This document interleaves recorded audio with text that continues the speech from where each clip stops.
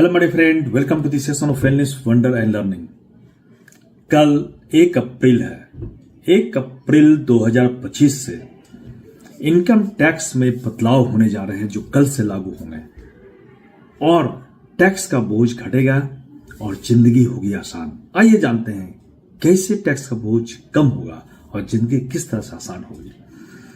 वित्तीय वर्ष 2025-26 से भारत में टैक्स सिस्टम में बड़े बदलाव होने जा रहे हैं।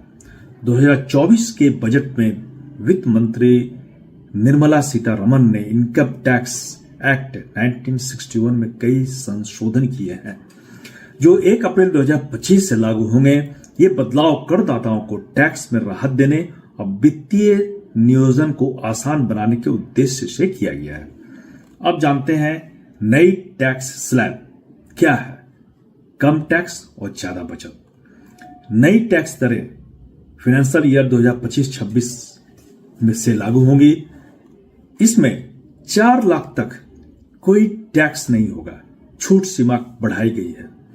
4 लाख से 8 लाख तक इनकम पर 5% टैक्स है और 8 लाख से 12 लाख पर 10% टैक्स है और 12 लाख से 16 लाख पर 15% और 16 लाख से 20 लाख पर 20% टैक्स है और 20 लाख से 24 लाख तक 25% टैक्स और 24 लाख से अगर ऊपर है तो आपको 30% टैक्स लगेगा। पुरानी टैक्स व्यवस्था में कोई बदलाव नहीं हुआ है। सेक्शन 87A के तहत बढ़ी छूट 12 लाख तक की आय पर जो अगर आप एनुअल इनकम आपका 12 लाख है तो इस आय पर आपको कोई टैक्स नहीं लगेगा। अब नई टैक्स व्यवस्था जो है न्यू टैक्स रेजिम के तहत 12 लाख तक की आय पर कोई टैक्स देना नहीं है। छूट की सीमा 25,000 से बढ़ाकर 60,000 तक कर दी गई है और इसका असर होगा जब अब मान लीजिए एनुअल इनकम आपका 12 लाख है उससे कम है तो 100% टैक्स फ्री होंगे। पुरानी व्यवस्था में छूट 12,500 की छूट लागू रहेगी। अब स्टैंडर्ड डिडक्शन में बढ़ोतरी हुई है। 75,000 तक की छूट है। नई टैक्स व्यवस्था में 50,000 की जगह अब 75,000 तक स्टैंडर्ड डिडक्शन मिलेगा। इसमें मध्यम वर्ग और वेतन भोगी वर्ग जो है इनको सीधा फायदा होगा। टीडीएस में भी बदलाव किए गए हैं। ब्याज, कमीशन और किराए की सीमा बढ़ी है।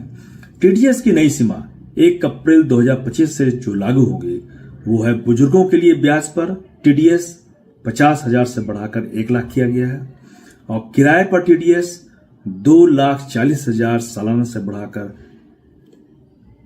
दिया गया है। यानी ये 50,000 प्रति माह टीडीएस अगर आपका इनकम है किराए का तो आपको टीडीएस लगेगा और कमीशन और ब्रोकरेज पर 15,000 से बढ़ाकर उसे 20,000 किया गया है और पेशेवर सेवाओं के लिए जो शुल्क है वह 30,000 से बढ़ाकर 50,000 है। 50,000 अगर है तो आपको टैक्स लगेगा 50,000 या उससे ज्यादा। नए नियमों से टीडीएस प्रक्रिया और आसान होगी और छोटे निवेशकों को कर का बोझ घटेगा। टीसीएस में राहत, रेमिटेंस और गुड्स खरीद पर छूट, विदेश यात्रा और रेमिटेंस एलआरएस की सीमा 7 लाख से बढ़ाकर 10 लाख कर दी गई है। शिक्षा ऋण द्वारा वित्त पोषित शिक्षा पर रेमिटेंस अब कोई टीसीएस नहीं लगेगा। 50 लाख रुपए से अधिक की वस्तुओं की खरीद पर टीसीएस क्या है, अब टीसीएस नहीं लगेगा। ये बहुत बड़ी राहत है जिसमें छूट मिल रहा है। आईटीआर यू की समय सीमा बढ़ी, अब 4 साल तक संशोधन की सुविधा प्राप्त है। अपडेटेड रिटर्न की सीमा 12 महीने से बढ़ाकर 48 महीने यानी 4 साल तक कर दी गई है। अब करदाता बीते हुए वर्षों की आय को भी सही कर सकते हैं और विलंबित कर का भुगतान कर सकते हैं। अब स्टार्टअप के लिए 2030 तक टैक्स में छूट दी गई है। स्टार्टअप्स को सेक्शन 80 आईएसी के तहत 3 वर्षों तक 100% छूट मिलेगी और आवेदन की अंतिम तिथि है 1 अप्रैल 2030। जिसे बढ़ाया गया है। यह बहुत बड़ा राहत है स्टार्टअप्स के लिए। और फिर आता है IFSC यूनिट्स को बढ़ावा। IFSC international financial service centre में कर रियायत पाने की सीमा अब 31 मार्च 2030 तक बढ़ा दी गई है। लाइफ इंश्योरेंस पॉलिसी पर प्रीमियम IFSC कार्यालय से लिए गए होने पर पूरी तरह से यह कर मुक्त होगा। अगर लाइफ इंश्योरेंस पॉलिसी पर प्रीमियम IFSC कार्यालय से लिए गए हैं तो इस पूरी तरह से यह कर मुक्त होगा। अब है पार्टनरशिप फॉर्म्स के लिए बढ़ी हुई डिडक्शन सीमा। पार्टनरशिप फॉर्म और LLP को पार्टनर्स को दी जाने वाली सैलरी और रिम्यूनरेशन पर अधिक कटौती की अनुमति होगी। नई सीमा है पहले 6 लाख तक 90% या 3 लाख से जो भी अधिक हो और शेष मुनाफे पर 60% तक कटौती है। हाउस प्रॉपर्टी पर छूट अब कोई शर्त नहीं है। पहले 2 हाउस प्रॉपर्टी को नील वार्षिक मूल्य दिखाने के लिए शर्त थी कि व्यक्ति इसे किराए पर नहीं दे सकता है।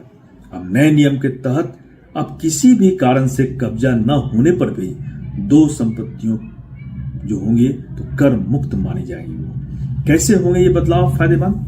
आम लोगों के लिए टैक्स की बड़ी राहत। इनकम जो है 12 लाख तक है, इस पर कोई टैक्स नहीं लगेगा। बैंकिंग और TDS के नियमों में सरलता। ये ब्याज, किराए और कमीशन की सीमा बढ़ाने से टैक्स का बोझ घटेगा। स्टार्टअप्स और IFSC यूनिट्स के लिए अधिक समय, आर्थिक विकास को इससे बढ़ावा मिलेगा और ITR फाइलिंग में भी अधिक समय दिया गया। करदाताओं को पहले की छूटी हुई आय को सही करने का ये सुनहरा अवसर मिलेगा। इस तरह से 1 अप्रैल 2025 से लागू होने वाले ये आयकर और बैंकिंग सिस्टम जो है ये जिंदगी को काफी आसान बना देंगे। अब टैक्स बचत से अधिक आप फायदे में रहेंगे, इसके अधिक विकल्प होंगे आपके पास और आर्थिक योजनाएं आप बेहतर तरीके से बना सकते हैं। आइए इस फायदे को हम अपनाते हैं और अपने जीवन को बेहतर बनाते हैं। धन्यवाद।